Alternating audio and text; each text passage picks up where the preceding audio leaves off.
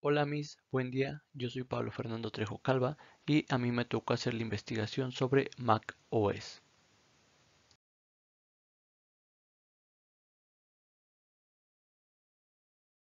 Empezaré hablando un poco acerca de su historia. El primer Mac, Macintosh como se llamaban en aquel tiempo, trajo consigo un sistema operativo revolucionario en el mundo. Fue el primer ordenador que tenía ratón para hacer clic en los elementos y moverlos por el escritorio. Además, incorporaba apps creativas para poder pintar y dibujar, aunque en 1984, que fue el año en que salió, solo había pantallas en blanco y negro. El primer sistema operativo fue System One. De ahí hubo versiones posteriores hasta la 7.6 que continuaron llamándose System. Estas versiones eran estéticamente igual, e incorporaban mejoras de rendimiento, nuevas funcionalidades como multitarea y una mayor compatibilidad con dispositivos de otras empresas. Era el año de 1997 y Steve Jobs acababa de regresar de nuevo a Apple para continuar escribiendo la historia de los Mac. Y fue así como surgió Mac OS X, que al principio se planteó como una continuación de System 7, aunque finalmente se dio el salto a la octava versión. Mac OS X no era muy diferente a la esencia de System, tenía soporte para pantallas a color y una de sus novedades es que se podía aplicar diferentes temas para ajustar la interfaz gráfica al gusto de los usuarios. La siguiente versión fue Mac OS X. Este fue un sistema operativo de transición y necesario para continuar la historia del Mac, ya que Apple estaba imaginando la revolucionaria versión 10. De esta forma, el usuario se adaptaría mejor a todos los cambios que iban a llegar. Por eso, no traía novedades destacables. La más sorprendente fue la posibilidad de grabar CDs desde el propio Finder. Ahora vamos a pasar con las versiones de Mac OS X o también llamada X o X. La primera versión fue llamada Cheetah, tenía un inicio prometedor y, aunque le quedaban muchos aspectos por pulir, todos los aspectos que ya ofrecía y los aspectos hacia los que apuntaba hizo que las valoraciones globales fueran muy positivas. Con Puma llegó la fiabilidad y estabilidad de las que adolecía Cheetah, aunque contó con nuevas funciones como la reproducción de DVD, para muchos considerada no tanto como una nueva versión como la esperada actualización de Mac OS X. Jaguar, recordado principalmente por iChat, la cual era una aplicación tipo Messenger, supuso una importante mejora en el rendimiento y además empezó a marcar una línea de diseño que Apple seguía desde entonces. Menos texturas, menos efectos, menos 3D, etc. Todo más minimalista. La siguiente versión fue la 10.3 llamada Panther. Con esta versión llegó Expose convirtiendo las esquinas del escritorio en atajos para mostrar todas las ventanas abiertas, mostrar el escritorio, etc. Hubo más cambios en la interfaz, pero sin duda esto fue lo más destacable. Tiger fue la primera versión de Mac OS X compatible con procesadores de Intel. Tras el anuncio por parte de Apple que dejaba atrás la arquitectura RISC de sus PowerPC, adicionalmente en esta versión también debutaron Spotlight, que es la función de búsqueda, y el dashboard. Con la siguiente versión, llamada Leopard, llegó lo que nadie esperaba, Boot Camp, o sea, la posibilidad de instalar Windows en un ordenador de Apple, uno de los principales efectos del salto de PowerPC a Intel. También fue la última versión de Mac OS X compatible tanto con Intel como con PowerPC. Esto debido a que dejaron de producir sus procesadores junto con Motorola para simplemente comprárselos a Intel y tener el mismo procesador que una PC.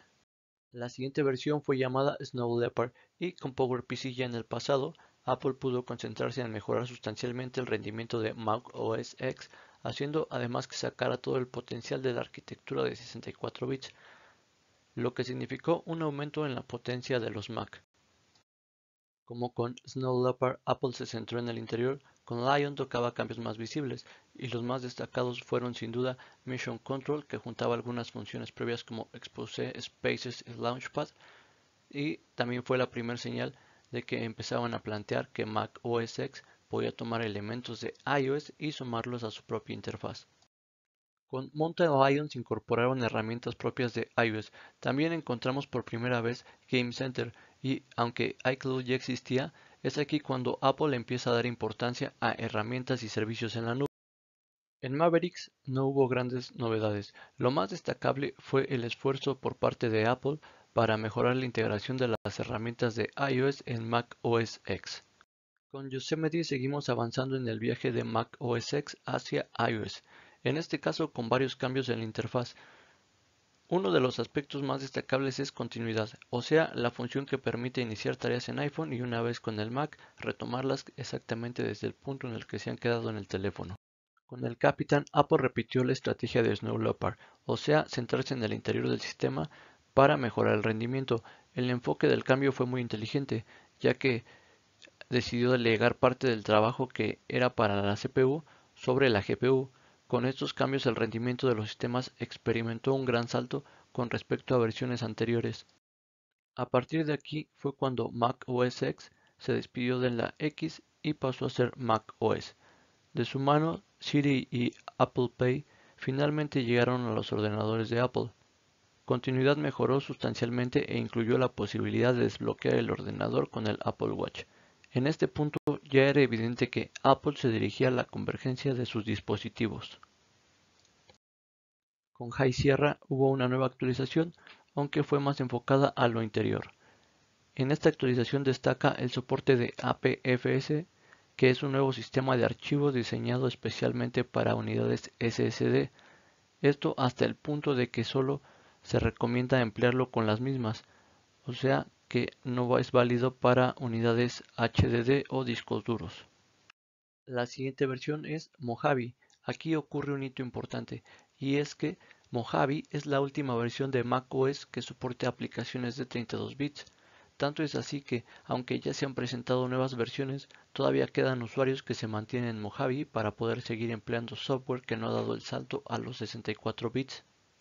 Con Catalina, los 32 bits ya son un recuerdo del pasado, así como lo fue iTunes, el software que fue tan famoso en los tiempos de gloria del iPod, pues Apple está enfocada en segregar sus aplicaciones dependiendo del tipo de contenido, ya sea música, video, etc.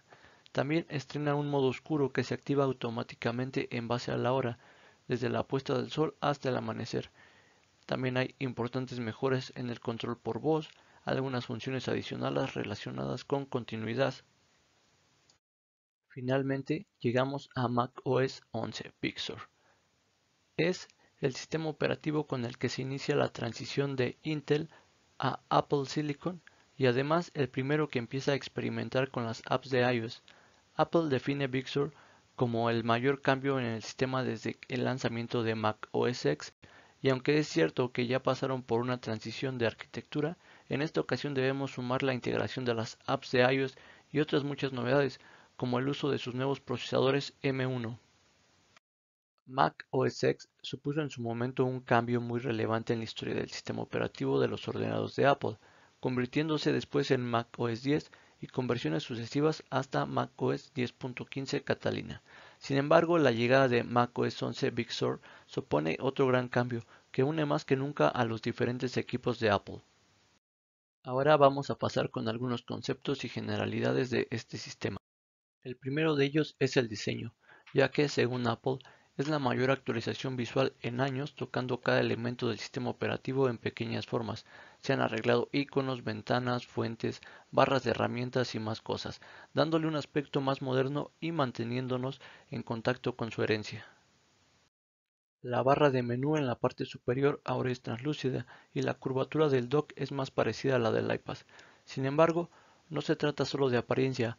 Apple ha rediseñado varias funciones de macOS para que sean más fáciles de usar. Por ejemplo, muchas aplicaciones verán sus barras de herramientas condensadas para que ya no se interpongan y se organicen de manera eficiente. Otro elemento son los controles en pantalla. Desde el volumen hasta el brillo, ahora usan el control deslizante horizontal. Puede parecer un pequeño cambio, pero alinea la Mac con el iPhone, iPad, Apple Watch, incluso la Touch Bar. Esa metodología también se aplica al centro de notificaciones. La aplicación de preferencias del sistema de Mac siempre se ha sentido un poco desorganizada, y nunca ha sido tan fácil o rápido encontrar la configuración como nos gustaría. Safari desempeña un papel clave en la vida de la mayoría de los usuarios de Mac y Apple. Lo ha actualizado de manera significativa con Mac OS Big Sur. Ahora, si te preocupa cómo un sitio web usa tus datos privados, puedes verificar el informe de privacidad de Safari para observar exactamente lo que está sucediendo. Esto puede mostrar cuántos rastreadores se han bloqueado en cada página web. La aplicación de mensajes en Mac siempre se ha sentido un poco por detrás de sus hermanos de iPhone y iPad. Sin embargo, macOS Big Sur tiene como objetivo cerrar la brecha, trayendo muchas características que han faltado muchísimo. Por ejemplo, y al igual que como ocurre en iOS, puedes anclar conversaciones en la parte superior de la ventana de la aplicación para que sea más fácil encontrarlas. Podrás crear emojis directamente en tu Mac y compartir pegatinas. Muchos de los efectos que ya están en el iPhone se agregan a esta versión. Por último, pasamos con la arquitectura de este sistema operativo. XNU es un núcleo o kernel desarrollado originalmente por Next e implementado por Apple en 1996 en su sistema operativo Mac OS. XNU es el acrónimo de X is not Unix.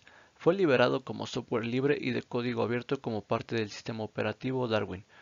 Es un núcleo híbrido, lo que significa que su arquitectura de diseño es una combinación de arquitecturas basada en núcleo monolítico y micronúcleo. Está basado en Mach 3.0 y el código BSD, en especial FreeBSD 5.x, y usa Input-Output Kit, un framework de controlador de dispositivos orientado a objetos que hace que XNU un núcleo diferente al de los sistemas tradicionales. La siguiente versión fue Mac OS 9. Este fue un sistema operativo de transición y necesario para continuar la historia del Mac, ya que Apple estaba imaginando la revolucionaria versión 10. De esta forma, el usuario se adaptaría mejor a todos los cambios que iban a llegar. Por eso, no traía novedades destacables. La más sorprendente fue la posibilidad de grabar CDs desde el propio Finder. Por último, daré mis conclusiones finales. Mac, junto a su sistema operativo, revolucionó el mundo de la informática y los ordenadores personales, y a día de hoy es el sistema más seguro, estable y productivo que existe, implementando alguna que otra característica de sus rivales y al mismo tiempo innovando con alguna otra, que no siempre es bien recibida. No es el sistema operativo más usado, pero sí es el que buscan los profesionales en ciertas áreas como edición de foto y video o simplemente personas que interactúan con el ecosistema de Apple. Como ya hemos podido ver, macOS no es un sistema operativo perfecto, pero con cada versión se van acercando un poco más a esa perfección que buscan sus usuarios. Eso sería todo por este video, muchas gracias por su atención y hasta luego.